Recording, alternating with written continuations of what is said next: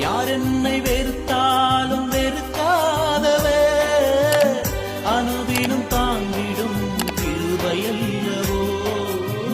யார் என்னை வெறுத்தாலும் வெறுக்காதவே அனுதினம் தாங்கிடும் கிருபையல்லவோ.